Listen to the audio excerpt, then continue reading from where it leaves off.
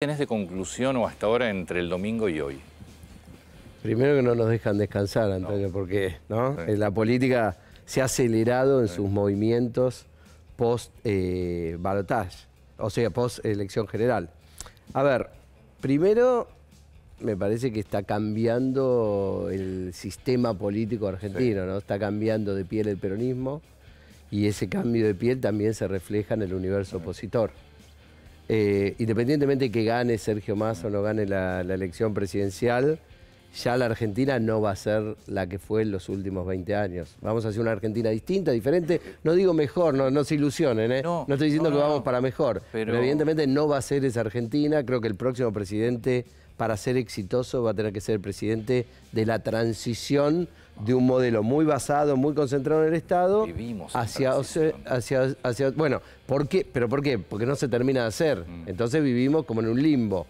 Pero el próximo presidente, para que sea exitoso y no sea un nuevo Alberto Fernández, es decir, cuando digo Alberto Fernández, un presidente que no puede reelegir, que no es valorado positivamente por la sociedad, tiene que conducir esa transición lo menos traumáticamente posible. El presidente que logra hacer eso es el presidente que va a quedar en la historia, como le pasó a Kirchner en su momento, que condujo la transición de la crisis del 2001, 2002, 2003, como le pasó a Menem. Fue más Duhalde que Kirchner. No, bueno, pero digo, como el presidente elegido, ¿no? Como le pasó a Menem después de la hiperinflación de Alfonsín. ¿Son transiciones esas? Porque es como que el mote de transición te baja el precio, tal vez. Ser un presidente de transición. No, no es presidente de transición, sino, a ver, las sociedades toman una forma de organizarse. Sí. El kirchnerismo inauguró una forma de organizarse. Duhalde movió la pelota, hizo el primer pase. Pero la verdad que después toda la jugada la terminó haciendo el kirchnerismo. Y esa jugada tiene características.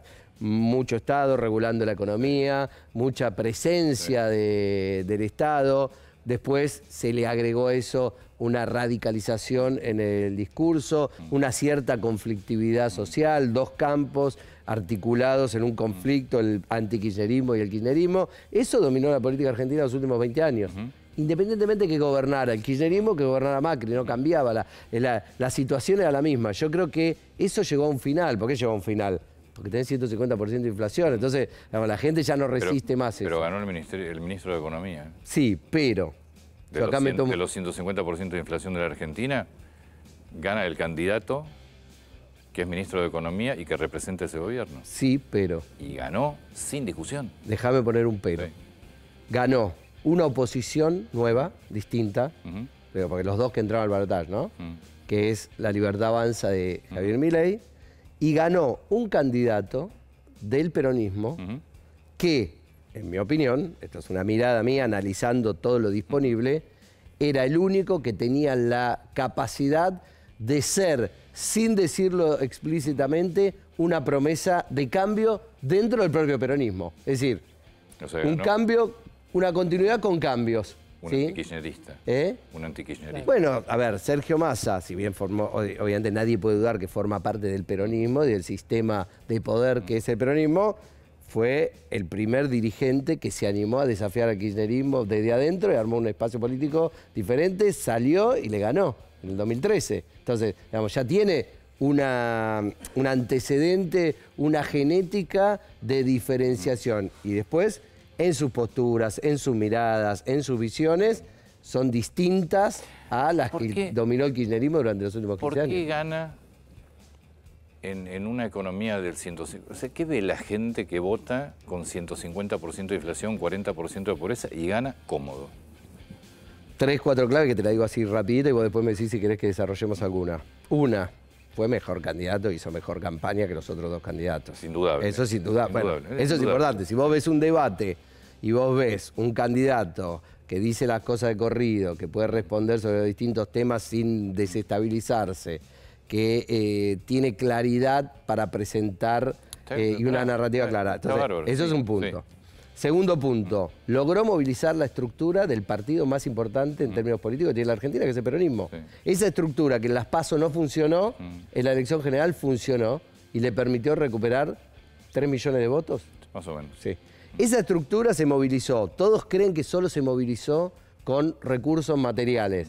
Es decir, desde políticas de incentivo al consumo millones de pesos, hasta entrega de cosas directas por parte de punteros políticos. Ese es un costado del peronismo, el que los antiperonistas quieren resaltar. Pero también esos mismos punteros y ese aparato político tiene una relación con sus votantes que incluye una dimensión simbólica y una dimensión ideológica. Lo que permitió reactivar la dimensión ideológica fue la presencia de Javier Milei en la escena política.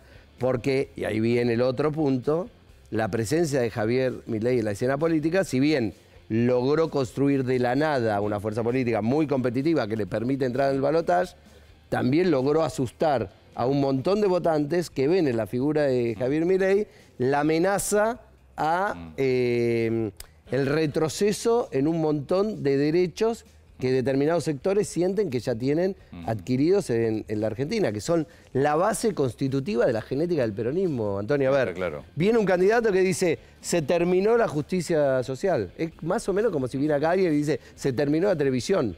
Es decir, para el peronismo es la base constitutiva de su genética. Entonces, ese candidato, la presencia de ese candidato, permitió reactivar a una base que quizás estaba desmovilizada, enojada, alejada, que ni siquiera fue a votar. Tal es así que vos fijate que en esos números tan impresionantes que nosotros veíamos el domingo a la noche, no solo el peronismo creció en votos, que bueno, digamos, puede ser que sino que hubo votos en blanco que se revirtieron. Es raro eso, ¿no? Que una persona en la PASO que tiene 10 opciones vota en blanco y después quedaron 5 y vota a alguien. ¿Por qué pensamos que sucede eso? Bueno, eso sucede porque hay un factor que te moviliza. Uno podría decir, puede ser por lo positivo o por la negativa, ¿no? Por lo positivo, no sé, el gobierno logró reducir la inflación de 150 a 5%. Lo negativo es el miedo. Bueno. Lo otro es el miedo. Bueno, entonces, ese miedo, y te digo el cuarto factor. El cuarto factor, una oposición dividida. Eso. Todo gobierno, bueno, todo gobierno necesita... ¿Es prácticamente el primer factor? No, pero está bueno entender... Es un paquete. Me da la sensación que la oposición no entiende lo que significa la movilidad del peronismo. Está bien, pues, está bien lo que vos decís, porque todos hablamos de... Y tiró 2 billones de mangos a la calle, hizo el clientelismo, y va bastante más allá. Bueno, a ver, Mauricio Macri también en el final de su gobierno, ¿te acordás? Lo que pasa es que como no es efectivo y no funciona de la misma manera, entonces la gente no lo nota. Igual le fue efectivo porque sumó un montón de votos, ¿eh? Sí, pero yo creo que esos votos que sumó Mauricio Macri en ese momento no fueron tanto por eso, sino también por el miedo, que muchos de sus votantes tenían de que Cristina Kirchner volviera al poder. Pero aparte, la devaluación post... Lo primero que se dijo fue, esta devaluación es por el temor y por el miedo a que regrese el kirchnerismo al poder. Así es, así es. O sea, el miedo juega un factor fundamental en cualquier elección. Lo que digo es, y el planteo un poco el cuarto factor del que hablabas, que para mí es muy predominante, del tema oposición. Otra vez, de nuevo, hay prácticamente un 60% de electorado, o más de un 60% de electorado, como pasó en todas las elecciones provinciales, que eligió no votar al kirchnerismo.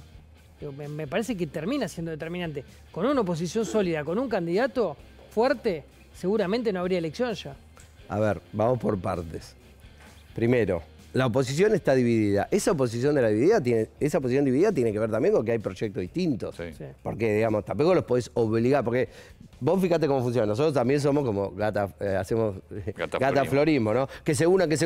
Después se unen la alianza y decimos, al final se unieron dos que no tenían nada que ver. Los proyectos distintos que vos hablás, no es el de Milei y Juntos por el Cambio, están dentro de Juntos por el Cambio. Están dentro de esas mismas tensiones. Claramente. Claro, por eso. Entonces, digo, es cierto, la oposición está dividida. Bueno, está dividida. Esa división le permite al oficialismo...